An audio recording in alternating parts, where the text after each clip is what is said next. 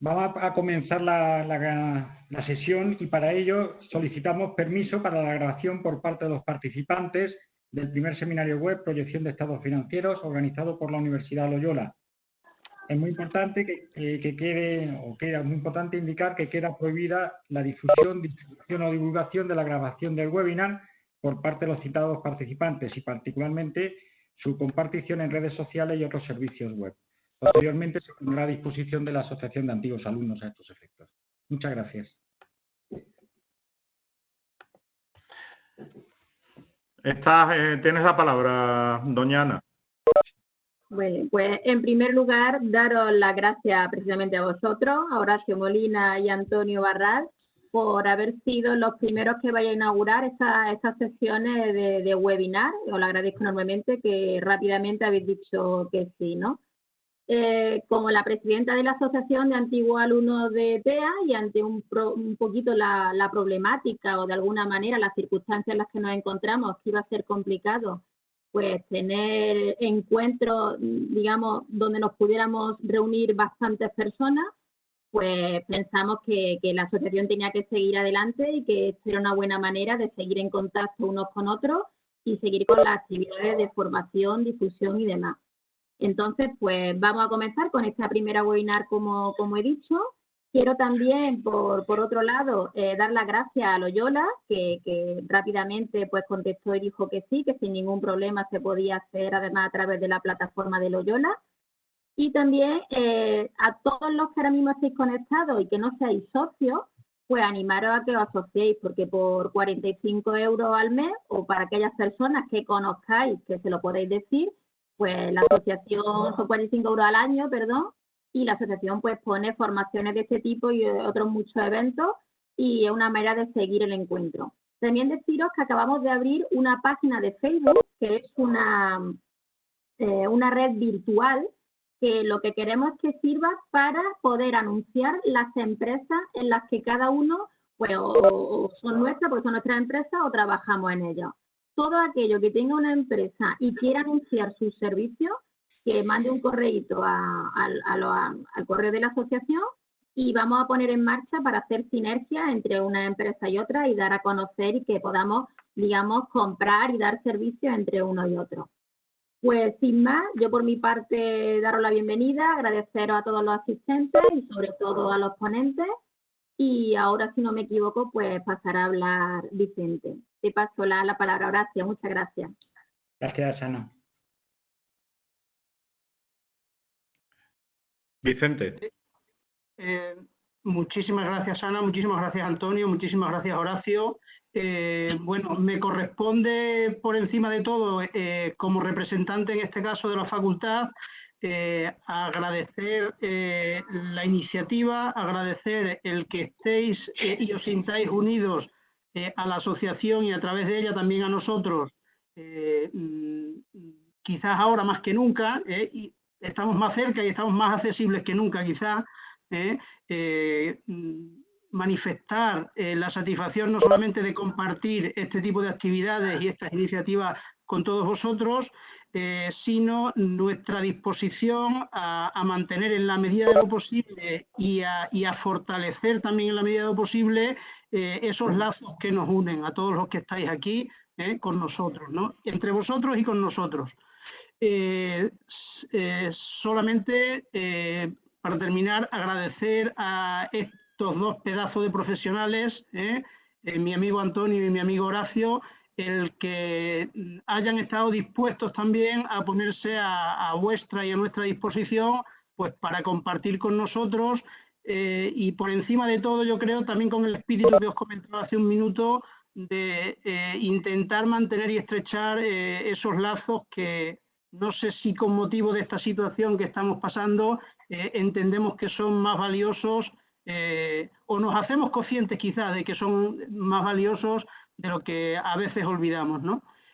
Muchísimas gracias también a vosotros, Antonio, Horacio, muchísimas gracias, Ana, y por supuesto muchísimas gracias a todos los que estáis aquí acompañándonos esta tarde. Un abrazo.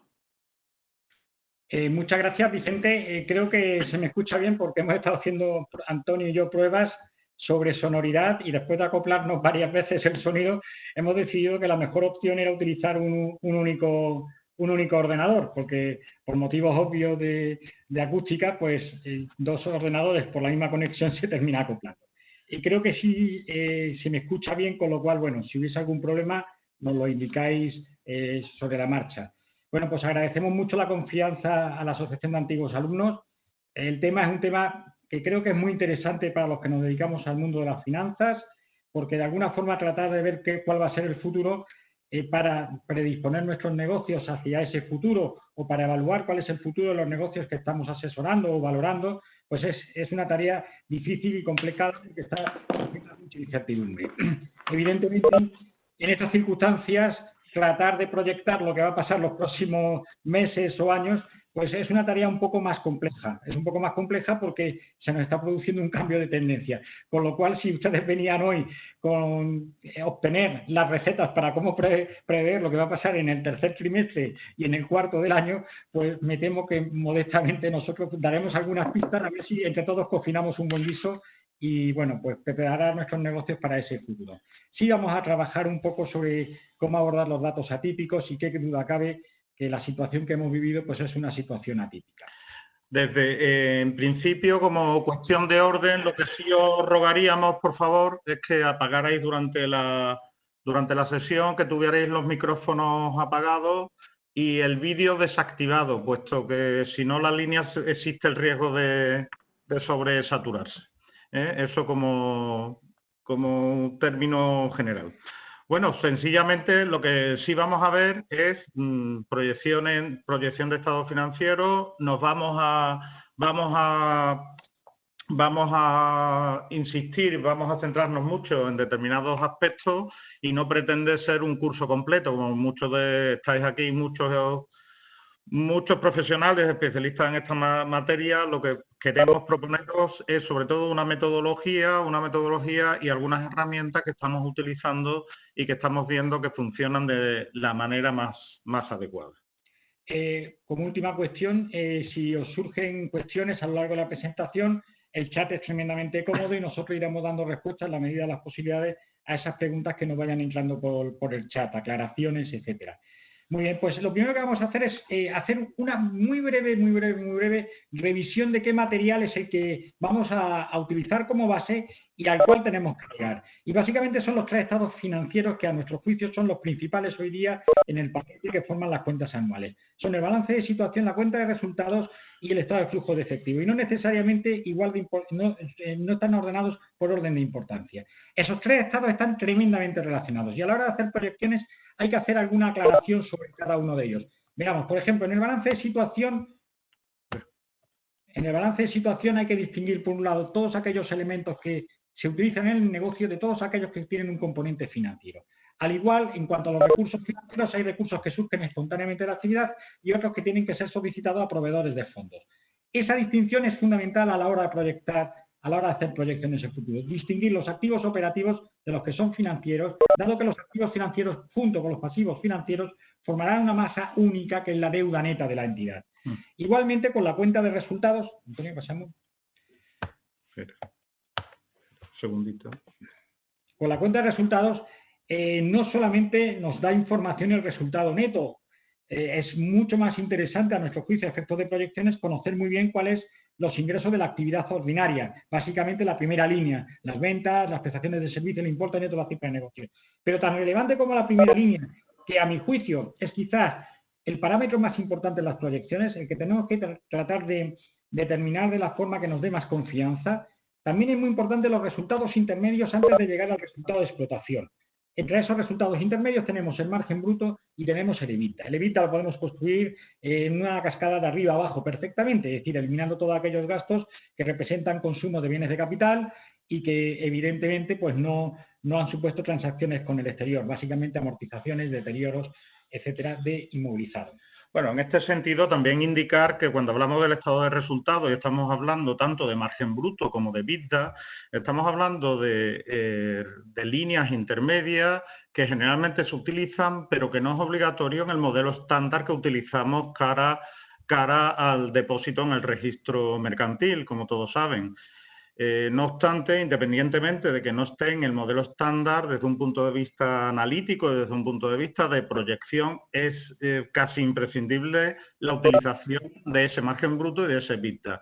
Incluso aprovechamos para decirles que ahora a nivel internacional, que ya saben que todo lo que viene, que todo lo que sale del nivel internacional a través del IFRS Foundation, del IASB, pues llega aquí tarde o temprano.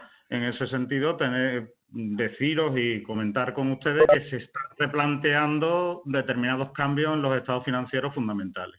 Entre ellos, incluir de manera obligatoria esos márgenes intermedios que todo el mundo al final calculamos, como son el margen bruto y el EBITDA. Cuando a efectos de análisis, no solo de análisis, sino de proyección, es importante hacer un análisis sobre determinados aspectos para ver en qué línea están y cómo lo tenemos que proyectar posteriormente. Entre ellos, lo que muchas veces nos encontramos son esos 4 conceptos: subcontrataciones. Las subcontrataciones que están a nivel de margen bruto o están en otros gastos de explotación como servicios exteriores.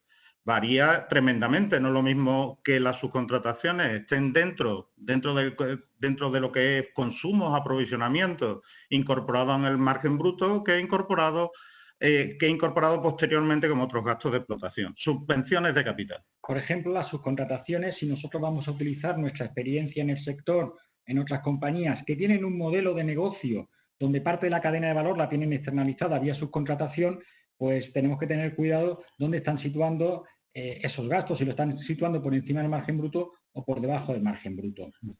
Subvenciones. Las subvenciones de capital. Hombre, nosotros generalmente, o al menos nosotros tanto como académicos como auditor, en mi caso como auditor de cuentas, estamos acostumbrados, y en el modelo incluso, que las subvenciones de capital están por debajo del EBITDA. ¿Qué es lo que ocurre? Que a veces se confunde y tenemos que tener en cuenta que no esté dentro de otros ingresos, que no estén dentro de ingresos, que no se confundan las subvenciones de explotación con las subvenciones de capital. Eso es importante también verlo, porque también nos va a influir en lo que es la proyección del EBITDA, que ya les adelanto que va a ser nuestra primera fase una de nuestras primeras fases a la hora de determinar la proyección. Por ejemplo, las diferencias de cambio. Las diferencias de cambio son partidas que todos sabemos que están a nivel de resultados financieros, pero indudablemente dependen de nuestro volumen de internacionalización, tanto en compras, importaciones como exportaciones. Evidentemente, a la hora de prever cuáles son los posibles impactos por diferencias de cambio, tendremos que tener en cuenta, más que cuestiones financieras, lo que hay que ver es cuál es nuestro nivel de transacciones operativas a nivel internacional. Eso es lo que puede determinar mucho mejor pues, los posibles impactos en diferencias de cambio. ¿Y los resultados en asociadas? ¿Qué me dicen de los resultados en asociadas? Ya empezamos a tener problemas si consideramos las inversiones en empresas asociadas, si lo consideramos como activo financiero o como activo operativo, porque depende para qué los queremos y para qué los estamos utilizando. Y, consecuentemente, si nos planteamos si su naturaleza es financiera o operativa, igualmente ocurre aquí. Actualmente no hay dudas, estarán pensando, eso el plan general contable dice que tiene que estar dentro de financiero. Digo, perfecto, pues está dentro de financiero. Una de las líneas nuevas que nos va a lanzar el IASB, el ámbito internacional, es sacar esa línea fuera, que no va ni que sea resultado de explotación ni resultado financiero. Pero bueno, estamos ahí. ¿Qué es lo que ocurre? Que tenemos que plantearnos en función de la utilización que hagamos de esas inversiones en asociadas, si va a formar parte del resultado de explotación o del resultado financiero, incluso en una línea independiente, pero hay que planteárselo. Y el tercer estado que nosotros queremos analizar es el estado de flujos de efectivo, porque es fundamental para determinar las necesidades de financiación que vamos a tener. Es decir, las proyecciones básicamente vamos a empezar por la cuenta de resultados. Como consecuencia de la actividad se nos van a generar unas necesidades de activos operativos, necesidades operativas de financiación, y vamos a tener unas inversiones de mantenimiento y crecimiento de nuestro inmovilizado. Eso nos va a determinar la unión de ambos, del resultado convertido en efectivo, quitándole las necesidades operativas de financiación y quitándole esos requerimientos de inversión, en lo que se denomina como free cash flow. Bien, ese free cash flow, al final, la forma más operativa de obtenerlo es con el formato del estado de flujos de efectivo. Como están viendo, está todo interrelacionado. Los 3 documentos están tremendamente interrelacionados. Por eso hemos querido empezar poniendo en interrelación o poniendo la luz sobre esta interrelación entre los 3 documentos. Y básicamente el estado de flujos de efectivo tiene 3 niveles. Uno es el flujo de efectivo de operaciones, que básicamente, aunque se llame explotación, es un equivalente, los flujos de efectivo de explotación es el equivalente al resultado neto de la cuenta de resultados, porque incluye tanto el equivalente a pagos por intereses y cobro por intereses y pago de impuestos, es decir, el equivalente al resultado neto. En segundo bloque tendríamos los flujos de efectivo por actividades de inversión que realiza la entidad, inversión no corriente que realiza la entidad o inversión financiera a corto plazo.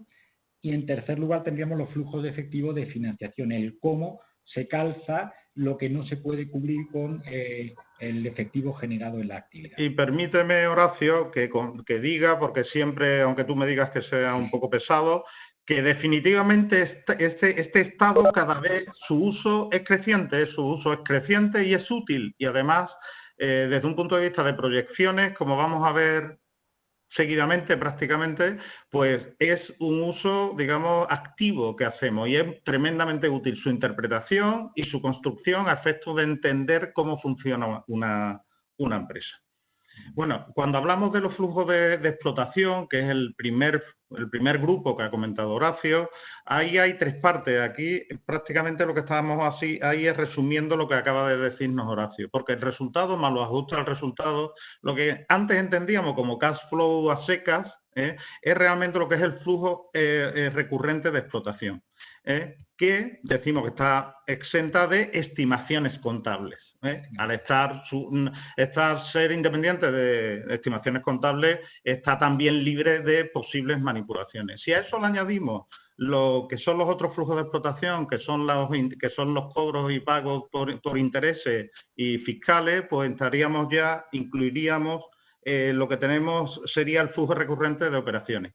Y finalmente que a eso le añadimos la gestión del capital circulante y ya tendríamos el flujo de efectivo de las actividades de explotación. Y esos cambios en el capital corriente, eso nos da mucha información, porque al fin y al cabo es el impacto en la gestión de mi política de cobro, de pagos y de almacenes, el impacto que tiene en efectivo, en crecimiento de efectivo o en reducción de efectivo.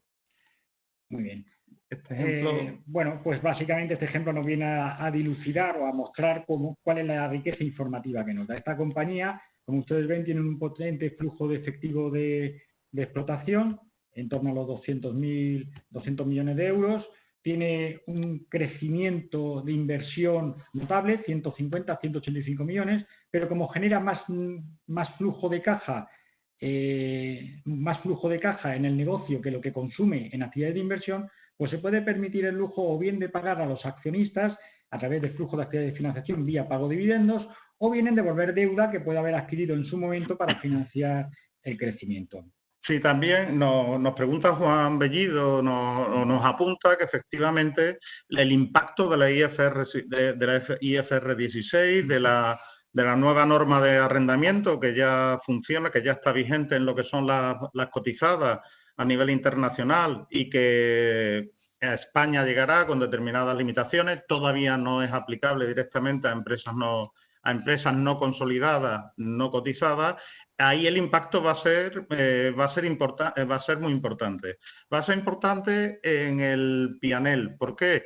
Porque realmente va a haber una desviación de gastos hacia abajo, digamos, en lugar de llevarnos toda la cuota como gasto por encima del EBITDA, digamos, restando del EBITDA como otros gastos de explotación, vamos a tenerlos repartidos entre amortización y otros gastos financieros, con lo cual el EBITDA se va a ver incrementado y se va a ver también incrementado a su vez y se va a ver reducido lo que es el resultado financiero, pero es un impacto muy relevante y a efectos de flujo de efectivo el impacto va a ser de reclasificación de los pagos que se realizan, de reclasificación, pero a efectos netos no va a haber cambio.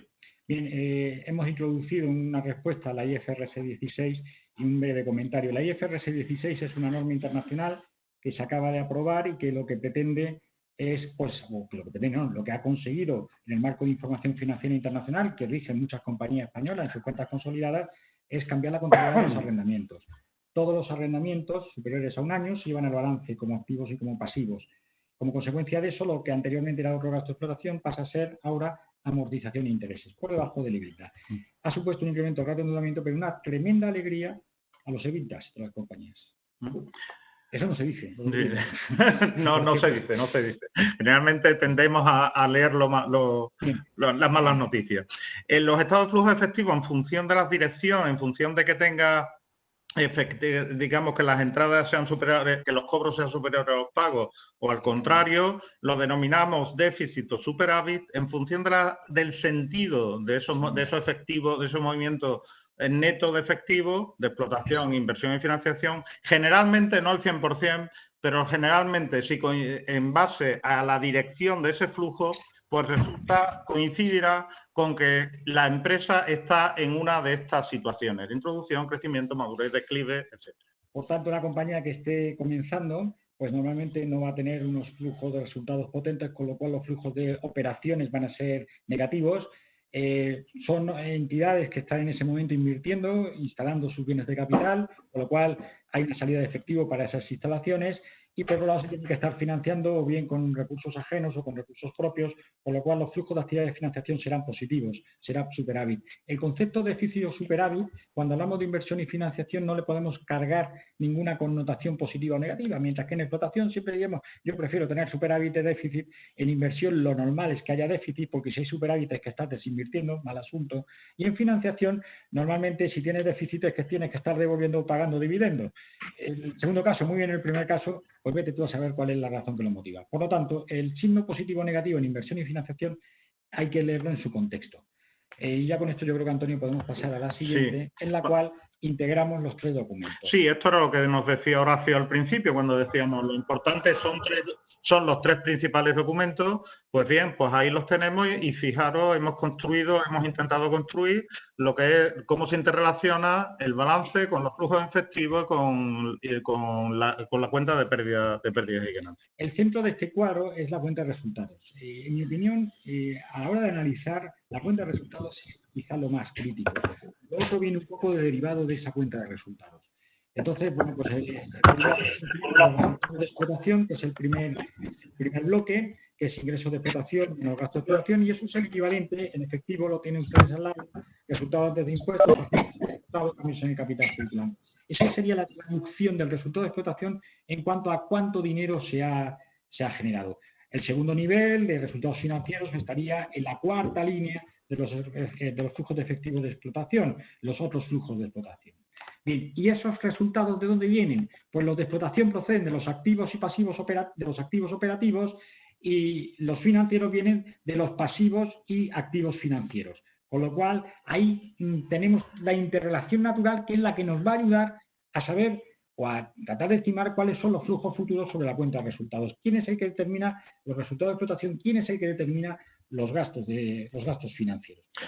En definitiva, lo que hemos hecho en esta primera hora es hacer un repaso muy rápido de cuáles son los temas que habría que tener en cuenta a efectos de una proyección posterior. Y este cuadro es tremendamente expresivo. Cuando lo hicimos ya hace 1 o 2 meses, pues para otras cosas, pues la verdad es que nos resulta muy clara cuál es la interrelación entre, insistimos, entre pérdidas y ganancias y flujo de efectivo y la parte del balance operativa y la parte del balance financiera, porque luego nos ayuda a interrelacionar estas partidas a la hora de proyectar hacia adelante los estados financieros.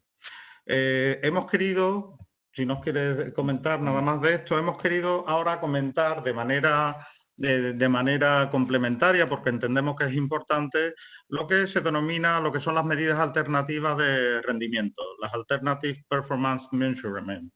Perdona mi pronunciación, Horacio. Sí, te entiendo perfectamente, Antonio. En estos son medidas de desempeño alternativas que no podemos decir que están de moda, sino que las empresas las estaban utilizando de manera creciente, y de tal manera que ha llegado un momento que la ESMA, la Autoridad Europea de Entidades de Supervisión de Mercados, lo que ha hecho es regularla de tal manera que dice para las empresas cotizadas deben de revelar la información de todas aquellas medidas alternativas, de rendimiento que van a revelar, y que hagan una conciliación con la información con la información que aparece en las cuentas anuales. ¿Y por qué razón las empresas utilizan estas medidas? Porque describen mucho mejor el negocio.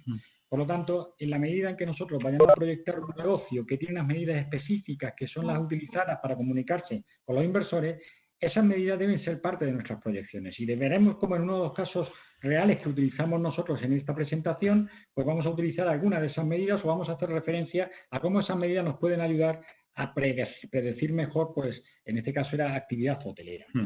Muy bien, pues yo creo que puedes pasar. Sí, en este caso, bueno, ahí hemos puesto una serie de ejemplos que son la actividad hotelera, que nos comentaba Horacio ahora mismo. Estas son la información que la ESMA dice que se tiene, bueno, dice no, que exige a las empresas cotizadas que tienen que revelar en sus cuentas y que las revelan, y por su relevancia, pues destacamos y llamamos la atención sobre el EBITDA y posteriormente el EBITDA ajustado y la tesorería generada en la explotación. El EBITDA ya lo hemos comentado anteriormente. Si partimos de la última línea, fíjense que al principio decíamos que se puede conformar muy fácilmente empezando por el principio, ingresos de explotación, gastos de explotación, eliminando todas las estimaciones contables. Pero también lo podemos hacer al contrario, partimos de los resultados antes de impuestos, eliminamos resultados financieros y resultados fiscales. Consumo, eliminamos todo lo que son el consumo de capital fijo por subvenciones de capital, lo que son las transferencias de las subvenciones de capital, así como todas las, todos los ingresos y todos los gastos que corresponden, que provienen de activos no corrientes, así como gastos e ingresos no corrientes. ¿Perdón? Sí, de esta forma pues conseguimos lo más importante de la conciliación del EBITDA, es llegar a la tesorería general de la explotación. Porque realmente la incógnita que nos tiene que cuadrar en todo esto es que al final, ¿cuáles son los flujos financieros que son requeridos para la proyección que estamos haciendo? ¿Cuáles son las necesidades financieras que surgen de esa proyección que estamos haciendo? Y para eso, para saber la proyección, las necesidades de financiación, necesitamos saber en primer lugar qué tesorería se genera o se consume en todas estas proyecciones. Esto es lo que es crítico y esto es parte de la metodología que vamos a compartir con ustedes, que lo único que aportamos nosotros es el valor de presentarlo ordenado. Ya aprovecho para decirles que la presentación la pondremos a disposición de todos ustedes a través de la asociación una vez finalicemos la sesión. Bien, pues vamos a entrar ya a, digamos, lo que es la metodología que entendemos que nosotros hemos ordenado en esas 5 fases. 5 fases que ahora vamos a ver que al fin lo vamos a ver a lo largo de la hora siguiente, en la que partiendo la metodología, lo que es el tronco es una obviedad. Partimos de la información financiera actual, proyectamos en base a presupuestos e hipótesis a efectos de obtener los estados financieros futuros. Sí, en primer lugar, la gran dificultad que nos planteamos en una proyección, a mi juicio, es determinar cuáles son los ingresos de actividad en los próximos años. ¿Y eso cómo lo vamos a hacer? Pues lo vamos a hacer básicamente analizando cuál es la cartera de productos o servicios que tiene la entidad y cuál es nuestra percepción de cuál va a ser el posicionamiento futuro de esta compañía en el mercado. Para eso pues hay que ver cuál es su mercado potencial, cuáles son los precios que va a establecer y por un lado demanda, por otro lado precio nos puede ayudar a determinar esos importes.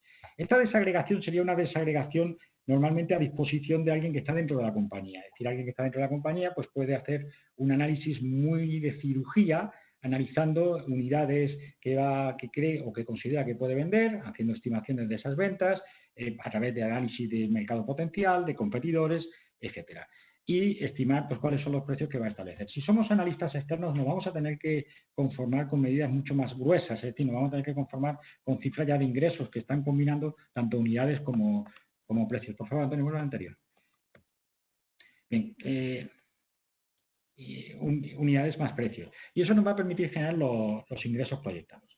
Los gastos hay que distinguir, algo que es clásico, lo estudiamos yo hace ya 30 años, gastos fijos y gastos variables, pero aquí está la cuestión, llevo 30 años y todavía no, a veces uno no sabe si está en un gasto fijo o un gasto variable. Terminaré jubilándome sin tener un claro reconocimiento de cuándo es fijo, cuándo es variable o cuándo es mixto, que es lo más frecuente, ¿no? Hoy vamos a intentar compartir con ustedes algunas reflexiones que estamos haciendo en la asignatura para intentar ayudar a nuestros alumnos con un método lo más racional posible a distinguir gastos fijos y variables, y que, bueno, puede ser algo original, aunque lo que vamos a utilizar es también tan viejo como la distinción entre gastos fijos y gastos variables. Lo compartiremos con ustedes para también conocer cuál es su impresión. Bien, con esto determinamos los costes estimados y vamos a obtener un resultado de las operaciones. Este resultado de las operaciones, sin duda, es mucho más fácil si tenemos el andamio de un historial previo de la compañía. Si tenemos un historial previo de la compañía, pues decimos, pues venga, vamos a crecer un 3%. ¿Por qué? Porque intentemos qué es lo que va a crecer el PIB, y eso en 5 años lo proyectamos. La verdad es que eso, bueno, estamos considerando que no existen ciclos, estamos considerando que si los ingresos son por periodos inferiores al año, pues que no hay estacionalidad, etcétera. Es decir, es un poco, se nos queda un poco realista. Lo que pasa es que ante falta de información pues decimos, pues vamos a utilizar varios escenarios. Un escenario, un crecimiento del 3, otro un crecimiento del 1 y otro un crecimiento del 5. Y bueno, y de ahí sacamos, vamos por la media. Eso podría ser una forma de hacerlo. Hoy vamos a intentar darle alguna herramienta adicional para intentar incrementar el arsenal con el cual batallar con esa información o con ese escenario incierto. Bueno, a partir de ahí obtenemos el resultado de las operaciones. ¿Qué es lo que ocurre? Que con el resultado de las operaciones lo que tenemos obtendríamos básicamente es el EBITDA hasta donde nos ha dicho Horacio, que por cierto te echaba menos años, ¿vale? Y ahí, a partir de ahí tenemos que añadir las estimaciones de capital circulante. ¿Os acordáis que hace un momento hicimos especialmente énfasis, cuando hablábamos del estado de flujo de efectivo, de lo importante que es la gestión del circulante? En función de cómo esté gestionando el circulante en cuanto a periodos medios de cobro, de pago o de rotaciones, si queremos, y almacenes, pues podré estimar las estimaciones del circulante. Con todo eso ya tendré el efectivo, el cash de explotación que he estimado. Y sabremos cuáles son el excedente de liquidez que tengo de las operaciones o las necesidades de liquidez de las operaciones. Eso es lo que vamos a añadir, lo que vamos a unir conjuntamente con las necesidades de liquidez que tenemos para invertir en activos no corrientes y como resultado de eso tendré las necesidades de financiación. A partir de ahí es una decisión de la empresa, de los accionistas o de los propietarios de la empresa, qué posibilidades de mix entre capitales propios y capitales ajenos se podrá acudir. A nosotros se nos pide como economistas tener mucho rigor en esta transparencia. Es decir, desde el resultado de las operaciones hasta las necesidades de financiación, eso es un problema de lógica. Y ese problema de lógica lo tenemos que hacer bien. Podrá haber estimaciones en cuanto a los periodos de cobro, periodos de pago, pero eso lo podemos justificar en base a una serie histórica y si no hay cambios en las circunstancias no tienen por qué cambiar. El cómo manejamos esa información es muy importante que esa rutina la hagamos con mucha lógica porque esto es quizás una de las partes de las tripas que nosotros enseñamos, ¿no? A los alumnos, el tratar de ver esa lógica. Pues Antonio, cuando quieras seguimos. Sí, de hecho es nuestro punto fuerte muchas veces, obtener una lógica económica y financiera de la realidad empresarial. La fase, pues aquí tenemos las 5 fases que les proponemos, que en la que nosotros hemos intentado organizar y ordenar y la que estamos poniendo en práctica, tanto académicamente como profesionalmente, y en mi caso también en ocasiones para hacer para calcular algún valor de uso de una unidad generadora de efectivo a efectos de un test de deterioro, pues esas son las 5 fases.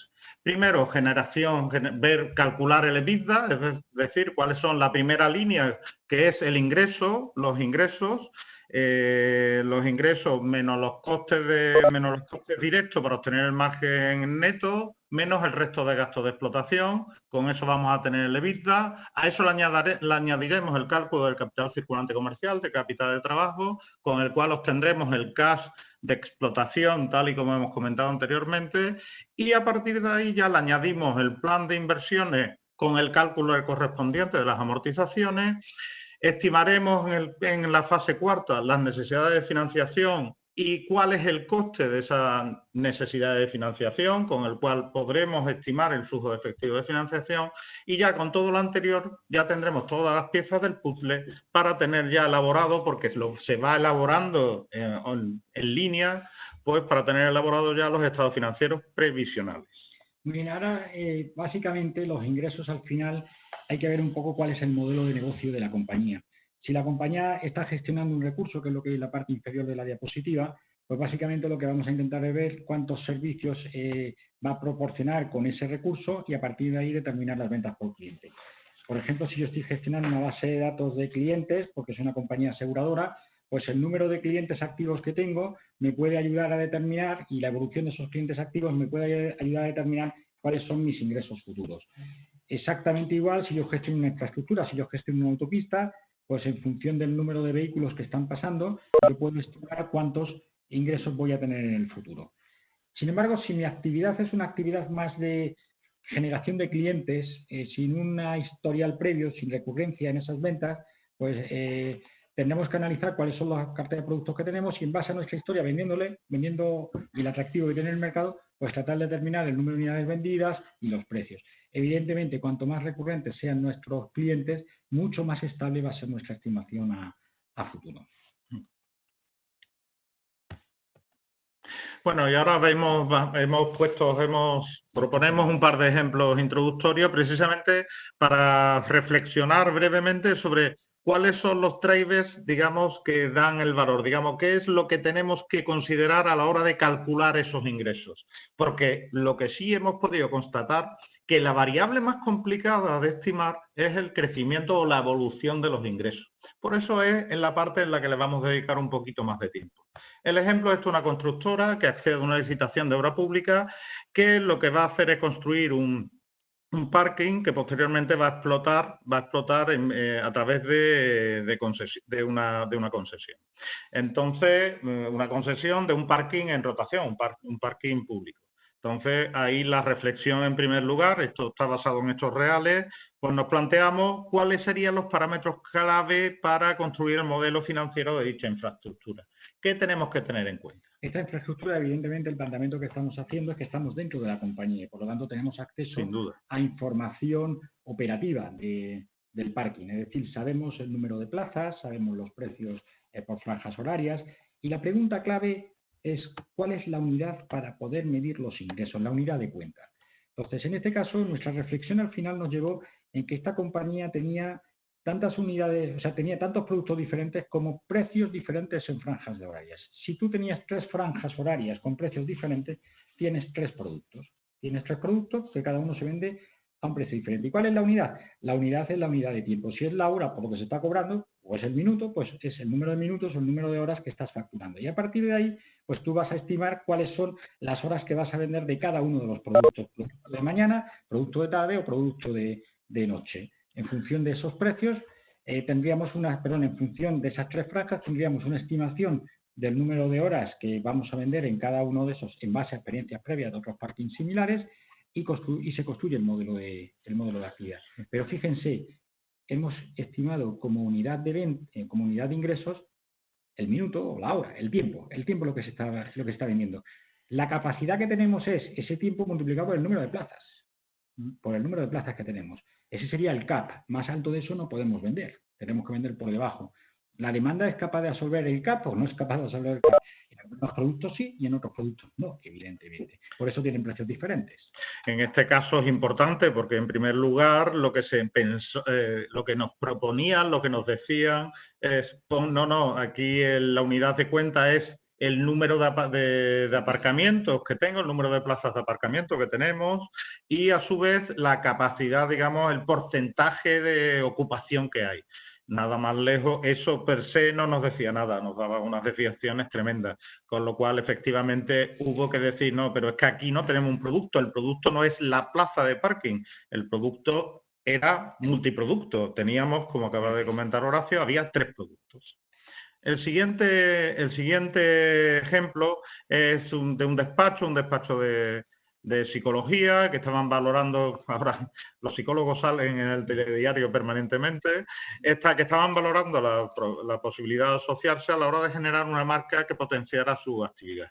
Disponen de una base de clientes, de una cartera de productos, etcétera, etcétera. La idea es hacer crecer su modelo de atención e involucrar a otros profesionales, posteriormente en un modelo de franquicia. Entonces, pues la idea, la pregunta, la cuestión que se puso encima de la mesa es cuáles eran los elementos críticos en el plan de negocio respecto a lo que eran los ingresos.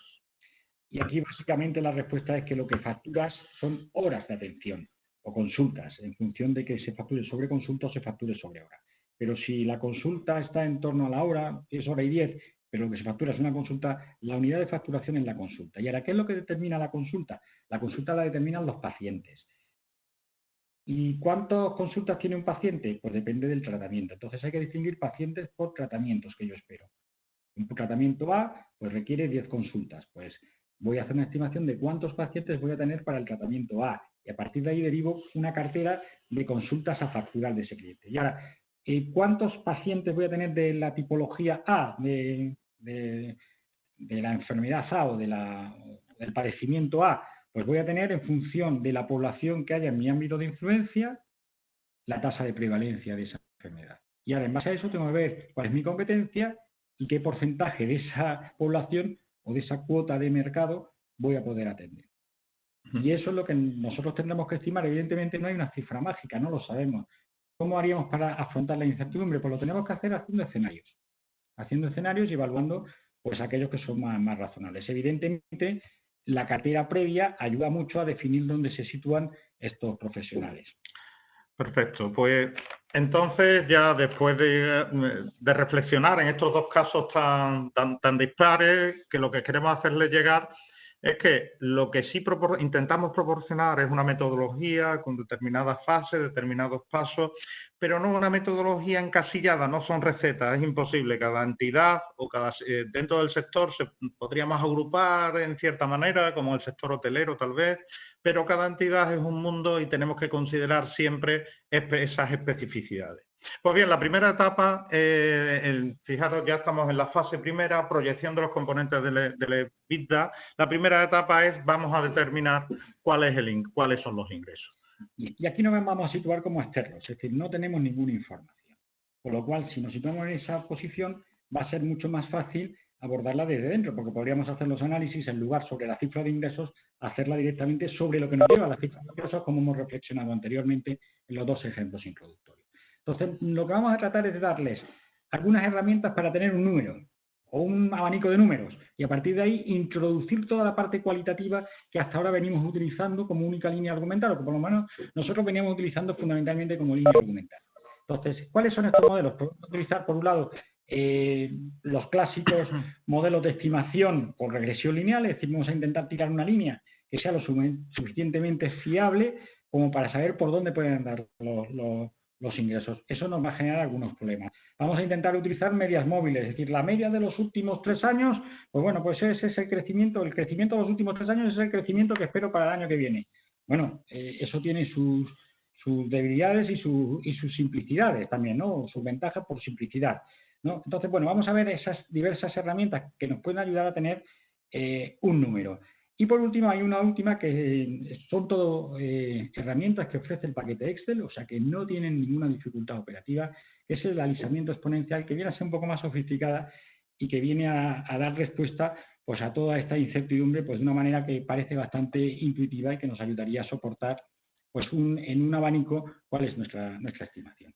Dos comentarios muy previos con respecto a este. Ni Horacio ni yo somos estadísticos. Horacio, por su mayor vis investigadora, pues sí está más habituado a determinados paquetes de estadística, pero yo estoy más acostumbrado a hacer trabajo de campo puro y duro. Las herramientas que les vamos a comentar aquí son herramientas rabiosamente pragmáticas y que tienen un carácter relativamente básico. Digo relativamente porque hay que entrenarlas un poquito. Esto no es un curso de Excel, pero sí les queremos dar las pistas y les queremos levantar estas diferentes técnicas a efectos de animaros a que lo utilicéis, porque su utilización es realmente eficiente y eficaz para el fin que estamos persiguiendo. Desde ese punto de vista, animaros a su uso y a su planteamiento. Porque, claro, ya dejamos de utilizar a cuánto es lo que ha crecido la compañía los 3 últimos años y utilizo una media. Lo que intentamos es que los datos de base tengan una base mucho más sólida. No decimos que vayamos a acertar más o menos, pero al menos la base es bastante más sólida. Y ahora, si quiere la presentación. Sí. Ahí va, perfecto. Muy bien, pues lo primero que hay que hacer normalmente es pintarse en un gráfico los números, es decir, ver en un gráfico cuáles son las tendencias. Y nosotros aquí estamos proyectando los ingresos anuales de NH Hoteles desde el año 2005 a 2017 por habitaciones. Ingresos por habitaciones están revelados en sus estados financieros. Estos son, me parece, millones, supongo que son millones de euros, ¿no? O sea, son millones de euros, sí. Bien, entonces, si nosotros observamos el gráfico, ese gráfico nos dice varias cosas. La primera es que la tendencia es creciente, por lo que estamos viendo. Sin embargo, observamos que ha habido como algún ciclo. Ha habido alguna ondulación que hace subir, bajar y eso, pero la tendencia es creciente. Bien, si nosotros quisiéramos decir cuál va a ser el dato de 2018, lo tenemos el de 2019 en dato histórico para ver cómo se ajustan nuestras predicciones, pues diríamos, oye, pues el de 2017 pues debe estar por encima de los 1.600 y el de 2018 y el de 2019 pues también por encima de 1.600. Entonces, nosotros lo que haríamos sería pues ajustar, pues oye, ¿cuáles han sido los crecimientos de los últimos años? Y eso es lo que yo hago. Bien, pasa Antonio a la siguiente. Eso básicamente sería un trabajo que podríamos hacer a través de medias móviles, es decir, cuáles son las medias móviles de crecimiento en los últimos años y vamos proyectando hacia adelante. En este caso, pues utilizando medias móviles de los últimos 3 años, tendríamos la columna real, la columna pronóstico y nos iría dando pues cuál es la evolución. En el gráfico se ve rápidamente cuál es ese efecto. En la línea pronóstico va por debajo porque en un ciclo creciente, como va creciendo, pues la información más antigua va detrayendo un poquito el crecimiento.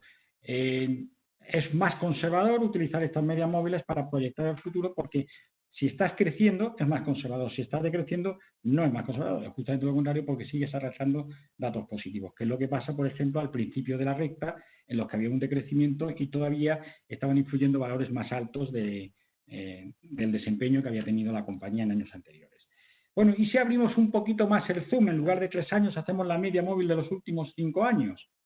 Y si hacemos la media móvil de los últimos 5 años, el aplanamiento es fruto de la escala, no es fruto de que hayan cambiado los datos, que la escala es más estrecha en el gráfico. Bueno, pues observamos que se producen unas diferencias.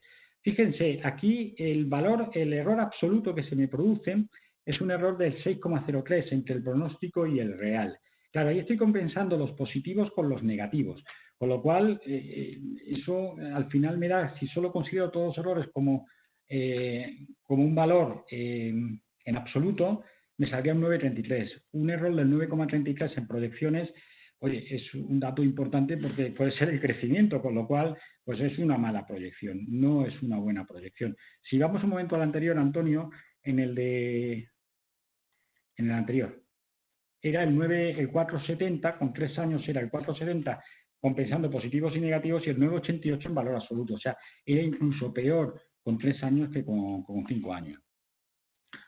Bien, ¿cómo tratamos de resolver todo esto? Pues bueno, vamos a intentar anticiparnos un poco y para eso vamos a tirar una línea. Entonces le damos, y aquí teníamos el gráfico original, y lo que hacemos es, vamos a calcular el modelo de regresión de esta lista de datos. Esto es tremendamente fácil en Excel. Ahora después se lo voy a mostrar cómo se hace. Es tremendamente sencillo obtener este gráfico y el coeficiente de determinación, que le he recordado que es 0,23, y la recta de regresión. Bueno, a los que tengan buena memoria, recuerden en estadística, el coeficiente de determinación del 0,23, pues la verdad es que es muy pobre. Era 0,75, 0,80, para que podamos considerar que la recta de regresión tiene carácter predictivo.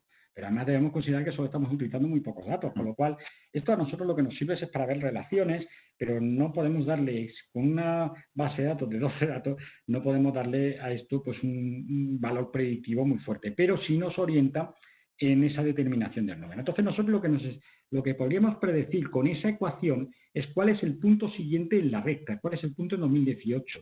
Lo único que tendría que hacer es 1183,5, que es el valor constante, el valor de partida, más 21,893 por el valor número 13, porque el X es observaciones en el tiempo, que es ordinal, no es el año, es 1, 2, 3, 4, entonces eso me daría cuál sería el valor siguiente de los ingresos. Bueno, pues esto puede ser una forma para proyectar con un carácter lineal.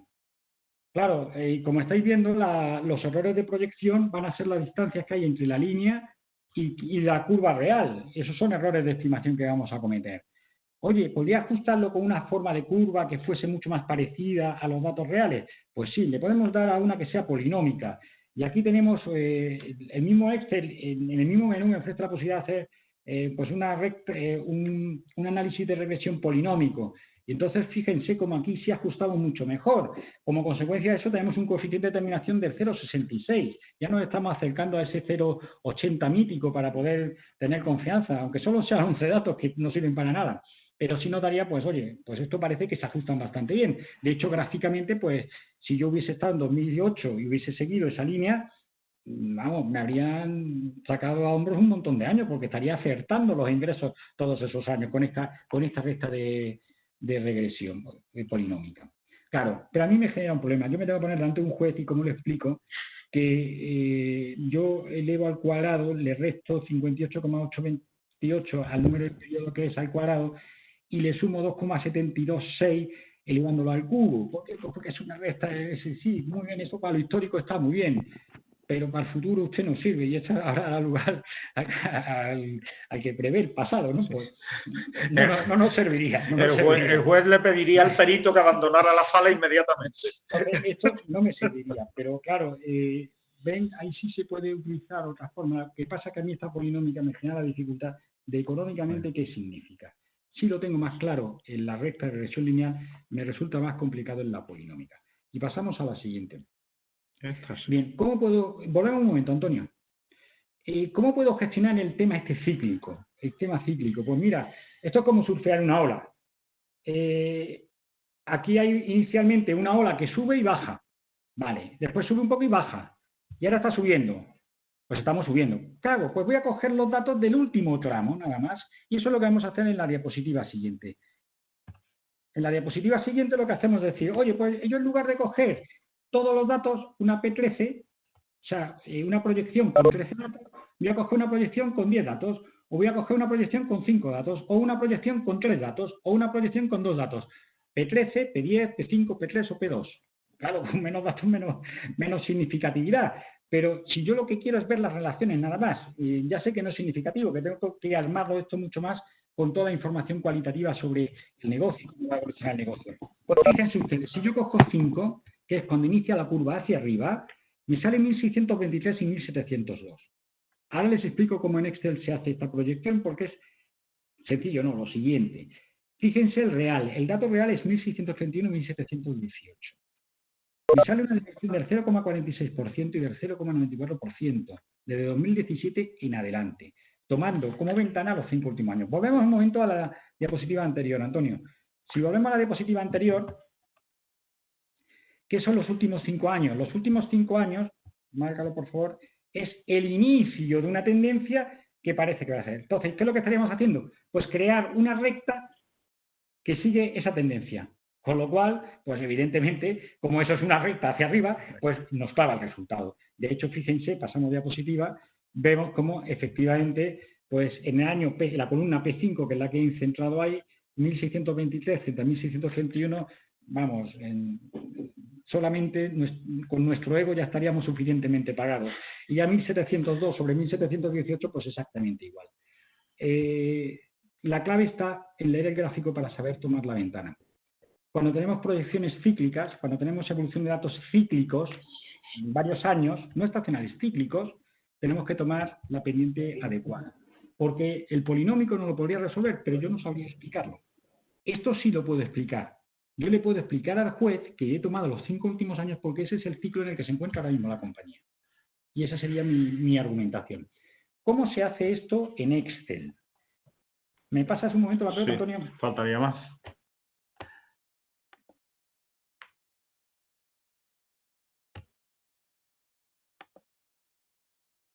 Tengo ya... Sí, no. Ahora ¿Tengo el balón? Estoy en ello. Si ustedes respiran un segundo de escucharnos a nosotros.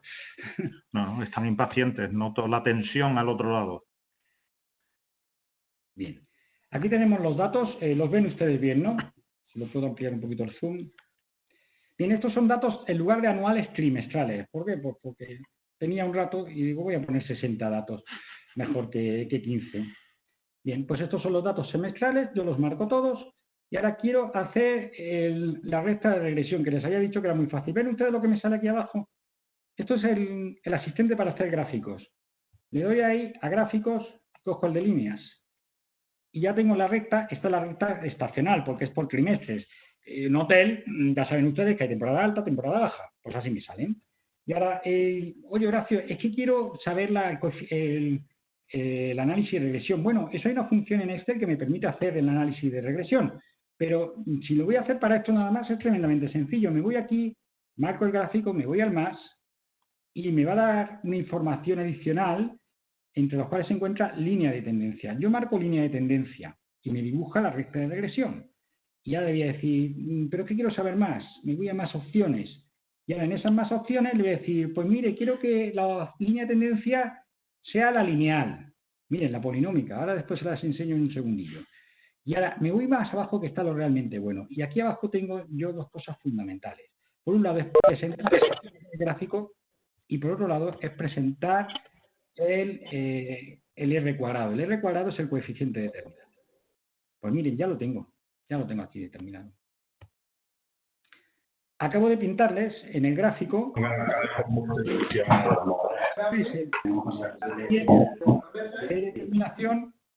cuál es el coeficiente de determinación, 0,66, y cuál es la recta de regresión. Aquí partimos de 145 y a partir de ahí, cada año que pasa, hay un incremento de 2,3 en los ingresos, de 2,3. Ese es el ritmo de crecimiento anual de 2,3 veces, el 2,3 cada año adicional.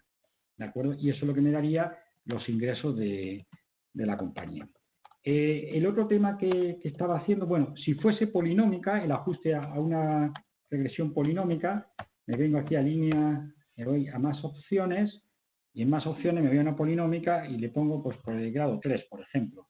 Pues fíjense ustedes cómo me está dibujando. Aquí dibujo mucho mejor. El problema que tengo es la estacionalidad. La estacionalidad es lo que me saca, pero si yo hiciese medias móviles de estos años, yo creo que clavaba con una polinómica. El problema que tengo es explicar esa polinómica.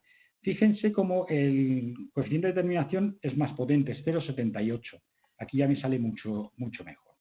Bien, este era un tema que les quería comentar. El otro tema, ¿cómo puedo hacer yo la ventana de los últimos 5 años? Pues mira, aquí voy a coger, por ejemplo, desde el 1 de enero de 2018, perdón, 1 de octubre de 2017 a 1 de octubre de 2019. ¿Cómo proyecto los 2 años siguientes con modelo de regresión lineal? Pues marco los años y proyecto 2, 3, 4, los que yo quiera. Estos son los valores, haciendo una proyección lineal desde el inicio que he tomado, que era el 1 de octubre de 2017. Creo que era ese, sí.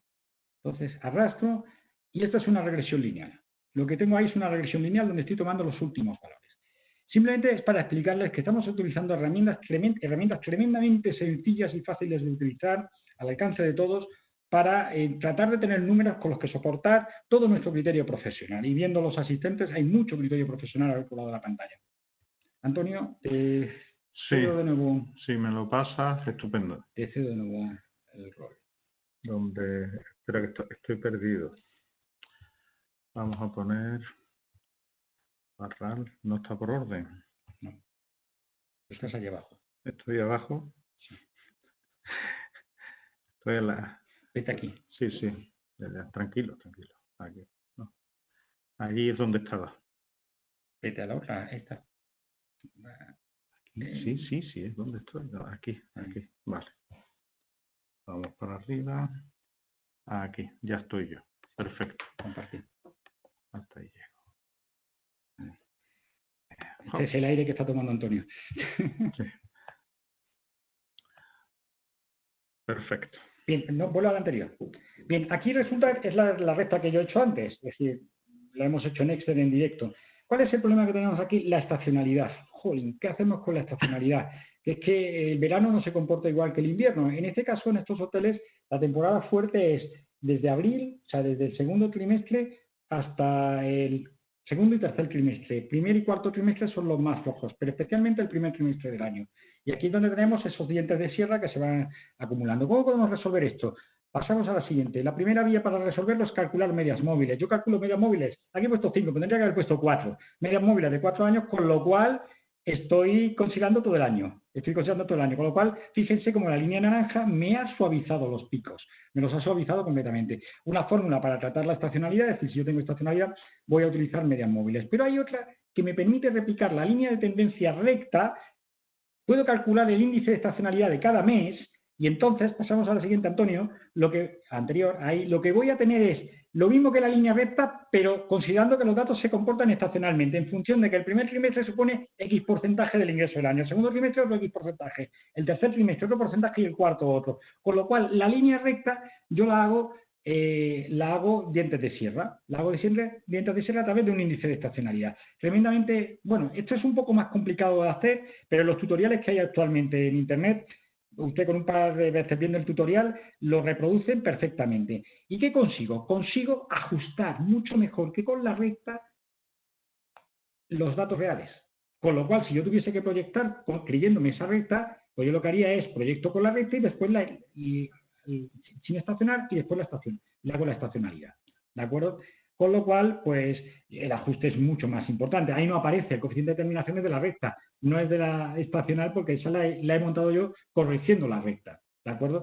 Y pasamos a... Sí, no. Mira, aquí en este caso también nos llama la atención que hay unos datos que salen un poquito fuera de... El ciclo. Que son fuera del ciclo, que son atípicos. Esos atípicos, los outliers, lo que hacemos, si los eliminamos, pues nos ajustamos mucho mejor.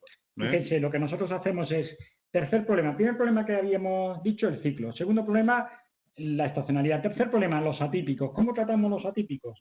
Pues esto es muerto el perro, se acabó la rabia. Lo voy a sacar. Lo saco del medio. Lo que vamos a hacer con el segundo trimestre del año 2020, tercer trimestre del 2020, lo sacamos de la predicción porque incluso el cuarto trimestre, entonces tendría que buscar el equivalente, dónde me tendría que poner en un historial de la compañía funcionando desde ese tercer trimestre de 2020. Así como yo lo abordaría, es decir, replicando el escenario actual cuando ha pasado en el pasado y coger una tendencia similar a esa. Y el índice nos llega al 80%, a partir del momento en el cual ya es representativo. Muy bien. Y la última técnica que le vamos a presentar es una técnica tremendamente sencilla de manejar en Excel. Es muy, muy sencilla de manejar. Está en una función que se llama previsión. Si ustedes analizan el Excel, en datos tienen una pestaña que se llama previsión. Esa pestaña previsión tiene una función que es alisado exponencial. Lo que hace es un alisado exponencial. ¿Y eso qué es lo que hace? Pues va calculando el real y el histórico en la serie, el real y el pronóstico en la serie histórica y se va ajustando. Y utiliza una serie de coeficientes, coeficiente alfa, según el cual el mismo modelo de Excel optimiza cuál es el alfa óptimo. Si nosotros lo hiciésemos a mano, tendríamos que poner un alfa e ir probando cuál es el que mejor se ajusta el real con el pronóstico con el real. Excel te optimiza cuál es el alfa que ajusta mejor el pronóstico con el real. Pero es que además nos analiza que la serie pueda tener tendencia, que sea al alza, aunque haya ciclos, que pueda haber esos ciclos sean en tendencia hacia arriba. Bueno, pues entonces hay un segundo coeficiente que me va a suministrar o que me va a calcular, que es el beta. Ese beta lo que me indica es el nivel de pendiente que tiene la serie. Y por último hay un último coeficiente que genera el alisamiento exponencial, que es el gamma, que lo que me dice es si detecta estacionalidad. Los dientes de sierra estos que hemos tenido, pues también no lo calcula. Esos tres coeficientes, la fórmula de Excel los determina de manera óptima, a través de una fórmula que se llama resolver. Pero eso lo hace automáticamente las funciones. Cliqueando, marcando los datos, cliqueas en previsión y obtienes esto. Los fundamentos son esos que les he comentado. Y lo que hace es, a través de mi histórico de valores reales y el pronóstico de esos valores reales en base al anterior y el error que he tenido en la estimación anterior, va proyectando hacia el futuro. ¿Qué es lo que me va a dar? Me va a dar el valor central, la línea naranja del medio, me va a dar el extremo del intervalo superior y el extremo del intervalo inferior. Y en medio están todas las posibles proyecciones que supondrían que me darían a mí un 95% de confianza. Es decir, con un 95% de confianza, la proyección va a ser el real si está entre el intervalo inferior y el intervalo superior. El del medio no es el más probable, es el del medio. La probabilidad es equiprobable entre el inferior y el superior. Bien, ¿qué es lo que hemos hecho nosotros? Nosotros proyectamos a partir del año 2017, pero gracias, si tenéis datos hasta 2019. Sí, pero es que quiero ver dentro de la banda, qué es lo que después se va a ir comportando. Y entonces nosotros, la línea azul, lo que hacemos es, a partir de 2017, utilizar los datos reales. Hasta el 2017 son los datos reales también, pero son los que me servían para la proyección. Los que añadimos a partir de 2017 son los añadimos manualmente. Y esos son los que me han añadido ahí, los azules que hay a partir de 2017. Y ahora, lo naranja son las proyecciones. La central es la proyección intermedia, la superior sería el extremo superior del intervalo de confianza y la de abajo el inferior. Y ahora viene mi pregunta. Si ustedes ven el azul ahí, Antonio, disculpa, si ustedes ven el azul que se acerca más al extremo superior o al extremo inferior o a la media. Pues mire ustedes, yo creo que el azul está más próximo del superior y es más probable que las proyecciones en el futuro vayan por el superior. Entonces, ¿qué es lo que hemos hecho? Pues si yo quiero, además de lo que me está dando el alisamiento exponencial, tener otra técnica que me apoye esto, voy a hacer una recta de regresión de la línea que supone el límite superior. Y esa recta de regresión me da un coeficiente de determinación de 0,93, que es bastante bueno.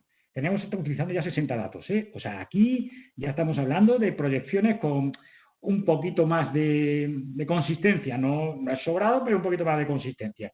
Y ahora, ¿esto qué significa? Pues que el nivel de confianza es bastante alto. Es decir, nosotros podríamos ir proyectando, o bien tomando los datos que me los da esa línea, me da los datos Excel, me los da utilizando esos datos o utilizando la recta de regresión. También me podría servir para hacer 3 escenarios, optimista, pesimista e intermedio. Y nosotros podríamos manejar esta información como entendiésemos que podemos construir un discurso más adecuado. Como ven, son datos obtenidos objetivamente. Otra cosa es que, bueno, después a esto hay que cualitativamente enriquecerlo para decidir si por una o por otra.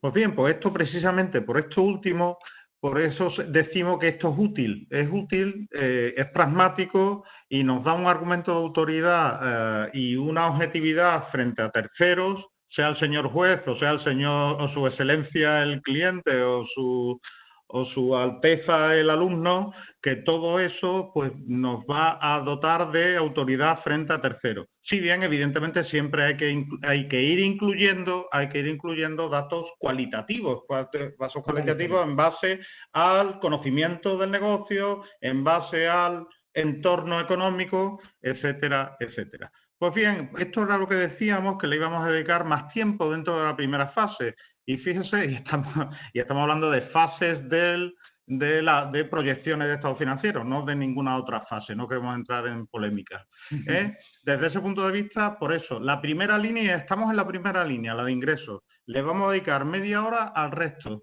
¿Por qué? Porque entendemos que en el resto sí que estamos bastante más cómodos todos. La primera, bueno, si no tenemos datos históricos, evidentemente, pues tenemos que pasar por esa fase que tenemos ahí, empezando por el diseño comercial y haciendo diferentes tipos de test que deben de acabar en un plan de venta.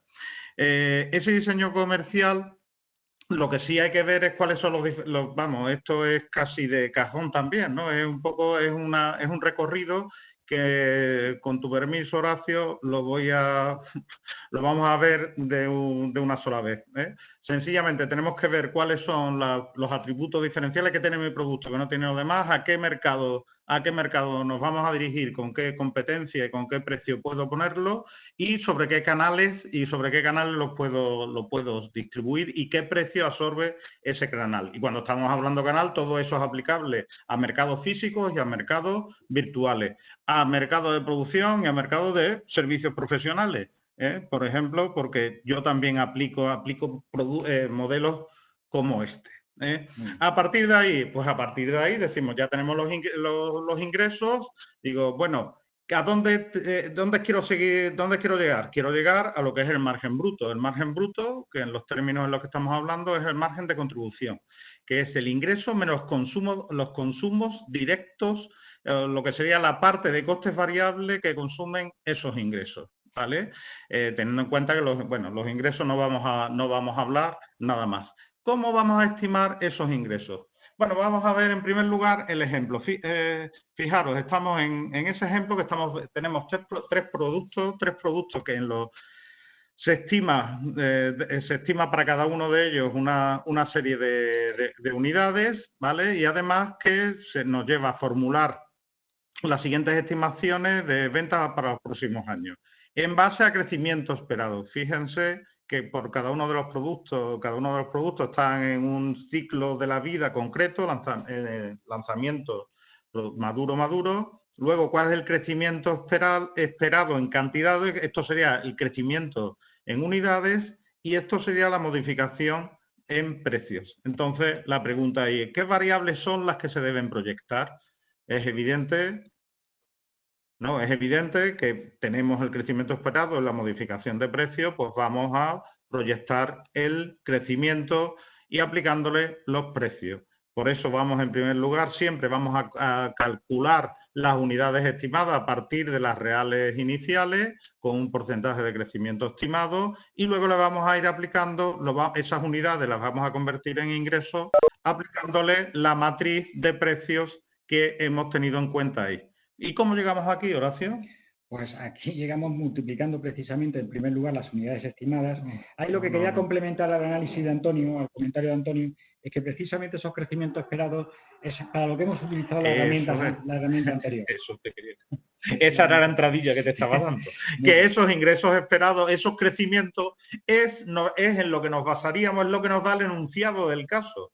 Es de donde venimos. Ese es el poder, eso es lo que nos va a dotar de mucha seriedad, de mucho rigor en nuestro análisis. Porque no solo vamos a decir que crece un X%, un 8, un 10, un 5, sino en base a qué. En base a tendencias, en base a una serie de consideraciones que hayamos hecho y que además pueden estar soportados en estadísticas que no son complejas, insisto.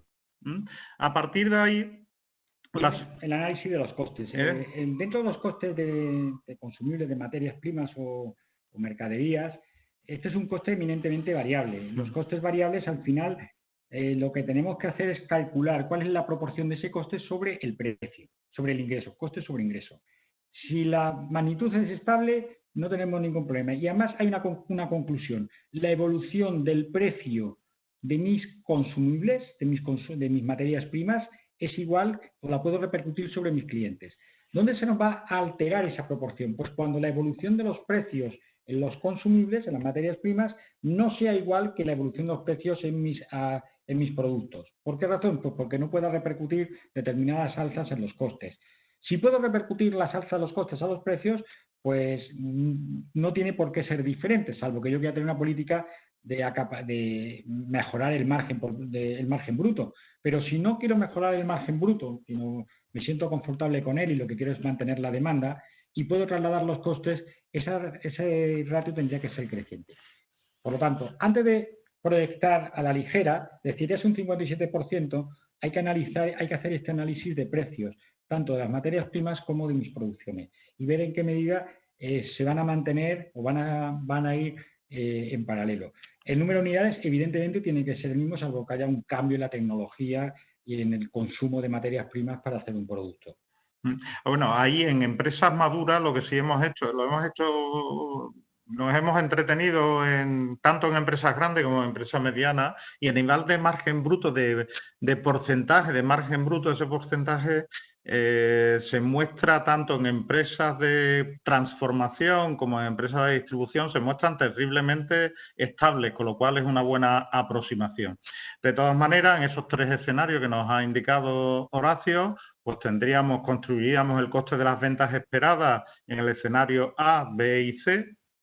Sí. Ahí están los números, creo que no tiene mayor... Pero sí es importante que ustedes, ante esa proyección que todos tendríamos que hacer, como son costes variables, multiplico ese porcentaje de costes sobre el ingreso que he proyectado, tenemos que hacer la reflexión si el comportamiento de los precios de las materias primas y de los productos que vendo, la evolución de los precios es la misma. Si es la misma, no va a haber una gran distorsión por hacerlo.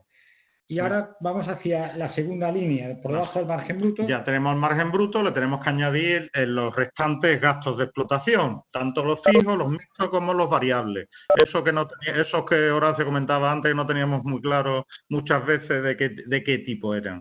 Eso básicamente lo podemos agrupar en dos conceptos, los gastos de personal y los otros gastos de explotación, donde separamos el servicio del exterior y pérdidas por insolvencia. En los gastos de personal, aunque ahora vamos a hacer una pequeña reflexión.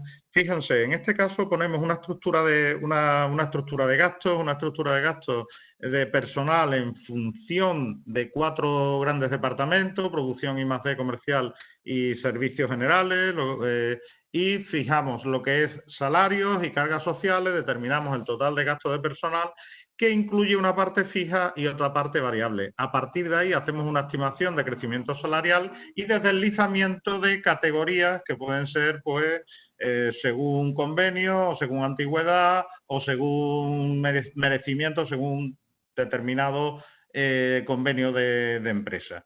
Los que tienen gastos variables generalmente son los que tienen algún objetivo a alcanzar, generalmente que son producción. En este caso hemos determinado que serían producción y comercial, lógicamente.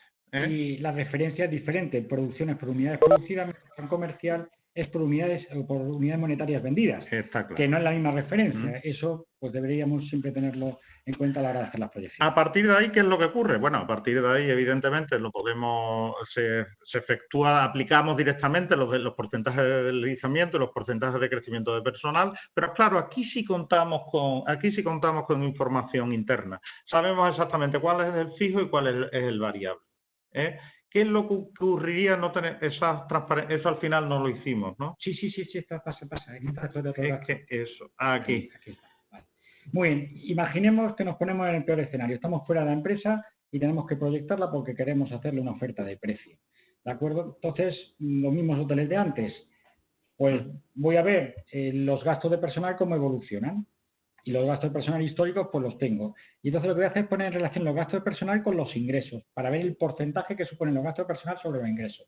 Y me encuentro que no es una recta, porque si fuese una recta, o sea, si fuese un valor constante, ¿qué conclusión sacamos? Si el valor es constante entre gasto de personal e ingresos, es que el coste es variable, full variable, 100% variable. Pero en este caso no tiene vientos de sierra. ¿Por qué tiene vientos de sierra? Porque gasto de personal sobre ingresos es más alto en la temporada baja y es más bajo en la temporada alta.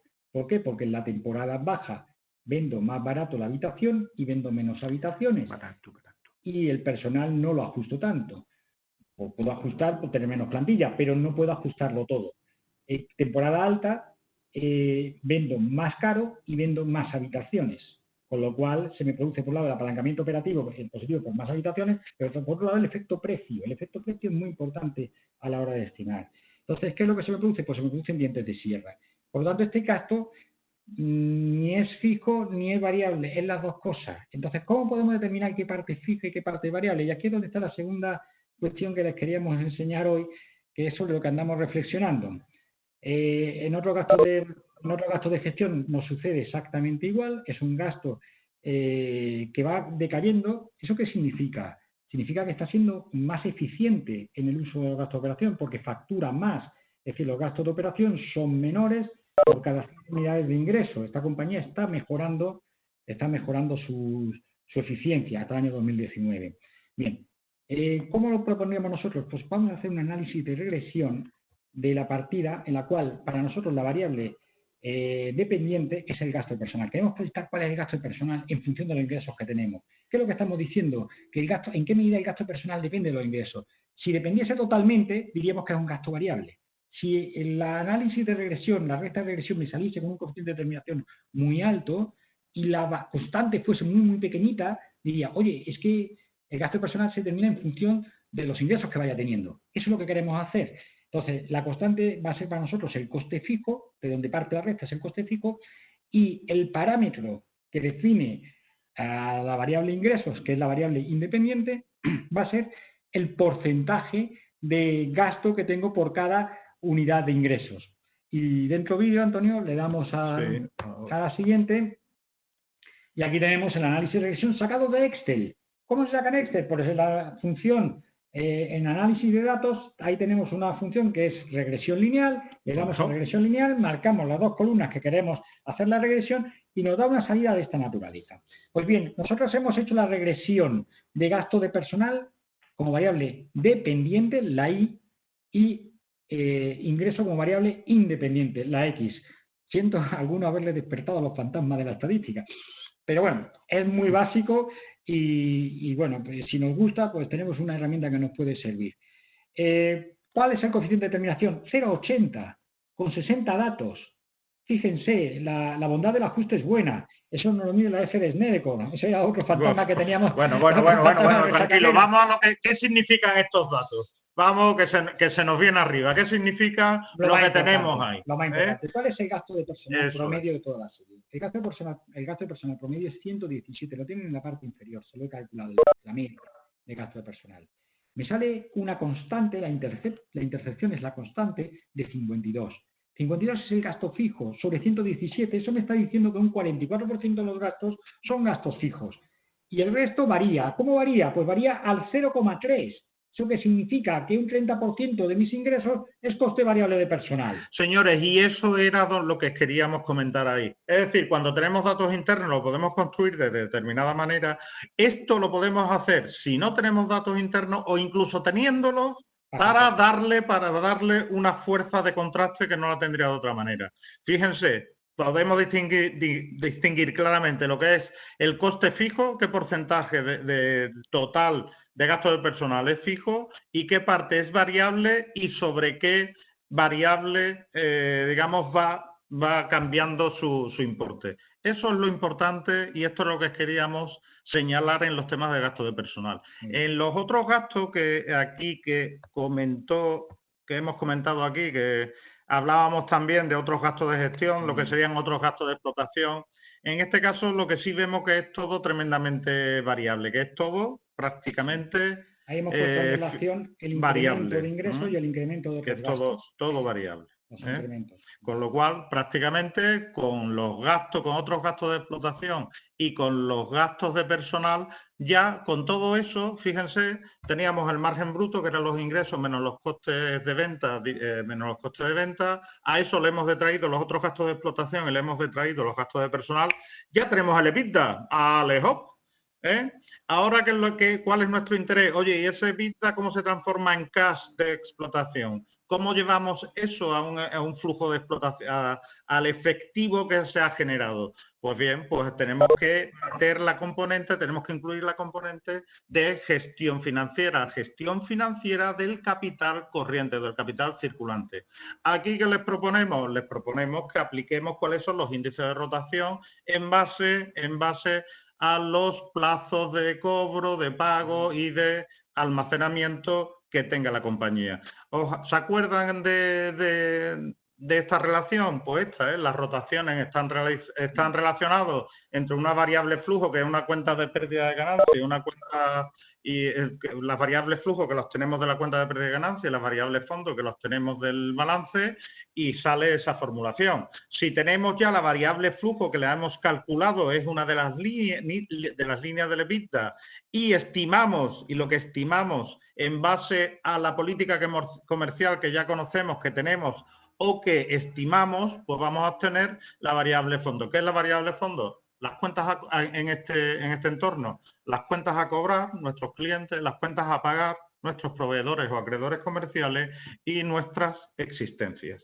Con eso podríamos obtener ya lo que es esto es parte del ejemplo numérico, pues ya obtendríamos en base a las rotaciones y al periodo, pues tendríamos ya cuál sería el balance medio de cuentas a pagar, de cuentas a cobrar, de cuentas a pagar y de almacén, tanto de materia prima como de producto terminado. Ahí estarían las proyecciones. Aquí, y esta sería en base a esa formulación que les acabamos de proponer, pues cuáles serían las proyecciones, que serían 19, el 20 y el 21. Muy bien. En este momento nosotros hemos determinado el resultado de explotación, el EBITDA, pero el resultado de explotación no, porque todavía no hemos puesto el consumo de bienes de capital. Hemos calculado las necesidades operativas de financiación, y ahora lo que nos quedaría para terminar la cuenta de resultados es el reflejar la amortización de los bienes de capital, y esto nos permitiría también obtener el free cash flow. Es decir, una vez que tenemos el EBITDA más las necesidades operativas de financiación, menos el efecto de las inversiones en activos no corrientes, nos va a dar el free cash flow, que es lo que nos permite determinar las necesidades de financiación. Y ahí es donde vamos a entrar. ¿Cómo se estiman las necesidades de inversión? Pues aquí hay que hacer la suposición de que si la compañía va a reponer, la compañía va a crecer. Entonces, eso en base a los planes internos de la compañía o lo que hayamos leído sobre su estrategia, haremos las proyecciones de una manera o las haremos de otra. Aquí no podemos aventurar mucho más en cuanto a las estimaciones. Lo que sí quería comentar, Antonio, es cuál es el efecto que tiene o cuál es la importancia que tiene el cálculo de la liquidez. Si te parece, pasamos... Sí, sí, por supuesto. Para llegar a... Sí, porque nos quedan 5 minutos. Esta es la relación entre ingresos y consumo de bienes de capital, que es arrendamiento más amortizaciones. Se ve que va cada uno por su lado porque el coste es fijo. Muy bien. Una vez que tenemos las necesidades operativas de financiación, las inversiones, estimamos las necesidades de financiación. ¿Cuál es el problema? Que nosotros no podemos calcular el resultado neto y, por lo tanto, la autofinanciación hasta que no calculemos los gastos financieros. Y los gastos financieros afectan a las necesidades de financiación. Ahí hay un problema de endogeneidad. Es decir, yo tengo una deuda neta inicial. Genero un EBITDA que puede consumir esa deuda neta es pasivo menos activos. Y tengo una deuda neta final. Con lo cual, la deuda neta final es la suma de la deuda neta inicial más el EBITDA. Que posiblemente si el EBITDA es positivo, pues tenga una menos deuda neta final. Y eso me da, podría obtener la deuda neta media. Y a partir de la deuda neta media, por el tipo de interés que estimo que voy a tener que pagar, puedo calcular los gastos financieros. ¿Cuál es el problema? Que los gastos financieros afectan a la deuda neta final. Y la deuda neta final la necesito para calcular la deuda neta media. Tengo una ecuación. Y eso es lo que tratamos de resolver en las 2 diapositivas siguientes. ¿Pasa, Antonio? En la cual, bueno, pues DF es deuda final, DI, pasa a la siguiente. DI es la inicial. Y lo que hemos formulado al principio, lo demás es deducción. Lo que hemos formulado al principio es la lógica inicial. La deuda final es igual a la deuda inicial menos lo que me genera el EBITDA y al EBITDA le voy a quitar los intereses. ¿Y los intereses cuánto es? El tipo por la deuda media. ¿De acuerdo? El EBITDA después de intereses, EBITDA menos tipo de interés por la deuda media. Bueno, pues yo deduzco todo eso y al final me sale la fórmula para calcular la deuda final. Esto lo introduzco en Excel, con lo cual puedo calcular cuál es mi deuda final en cada momento y a partir de ahí calcular los gastos financieros. Porque deuda inicial más deuda final, dividido por 2, multiplicado por el tipo, me va a dar los gastos financieros. Con lo cual ya puedo montar el cuadro perfecto de resultados. El estado de resultados hasta gasto por impuesto. El gasto por impuesto, como afortunadamente a efectos de cálculo se paga el año siguiente, no hay efecto endógeno. Lo que yo pago este año es la deuda que traigo del año anterior, por el coste asociado. Bueno, pues prácticamente lo que sigue posteriormente son el ejemplo numérico. Aquí está el cálculo de ese efecto endógeno. Hemos aplicado, precisamente en esta transparencia, está la aplicación de la formulación que nos acaba de comentar Horacio, que una vez que la tenemos clara, pues sencillamente, efectivamente, incluirla en Excel, con lo cual no se nos escapa el efecto de mayor deuda financiera que conlleva el devengo de intereses precisamente por mantener esa deuda, y a partir de ahí, efectivamente, pues ya tenemos toda la cuenta de pérdidas y ganancias construida. No solo la cuenta de pérdidas y ganancias, sino que también vamos a tener construido a la vez lo que es el estado de flujo de efectivo. Y también vamos a tener el balance. ¿Por qué? Porque hemos visto las necesidades de inversión, pues con las necesidades de inversión hemos construido los activos no corrientes.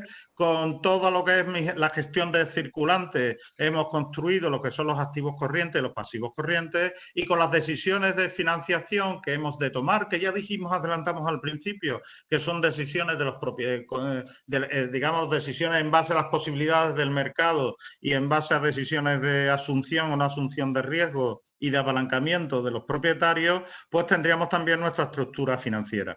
Tendríamos entonces también el balance, el estado de flujo de efectivo y el estado de flujo de efectivo y la cuenta de pérdidas y ganancias. En definitiva, esta última parte es un poco alejó, pero no es alejó porque lo que queríamos era que vierais el procedimiento y así lo comentamos desde el principio.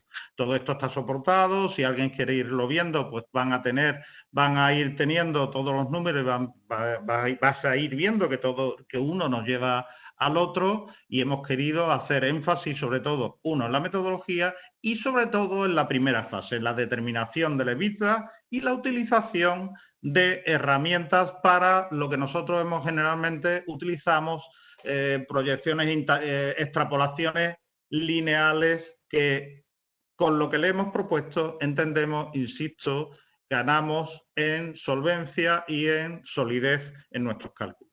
En mi opinión, tres cosas que a mí me parecen originales, no sé si son grandes, posiblemente sean tonterías, pero tres cosas que considero que es la aportación de la charla de hoy. Primero, tener herramientas para tener un número en la estimación de ingresos. Segundo, tener herramientas para ayudar a determinar si el coste es fijo o es variable o es mixto y cómo es de mixto. Tercera herramienta, cómo trato los gastos financieros que se me generan a través de la propia deuda y con lo cual me genera un fenómeno endógeno. Por último, la visión de la interrelación de los tres estados, yo creo que ha sido un leitmotiv de toda la presentación, pero eso ya la conocían ustedes. Nosotros suministraremos esta presentación a la Asociación de Antiguos Alumnos, al igual que la grabación, que entiendo que nadie ha dicho que no quiera ser grabado de los que han aparecido en el panel, con lo cual, bueno, pues estará a disposición de todos aquellos compañeros que no han podido asistir y que me consta, por lo que me ha dicho la presidenta, a la cual felicito por el excelente trabajo que están desarrollando desde la Junta Directiva de la Asociación, que tenían interés en visualizar el vídeo. Muy bien, pues muchas gracias a ustedes y quedamos a su disposición.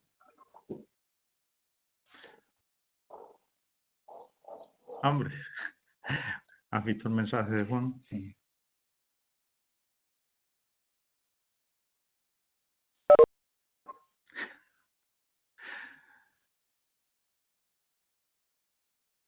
Hombre, con Mar.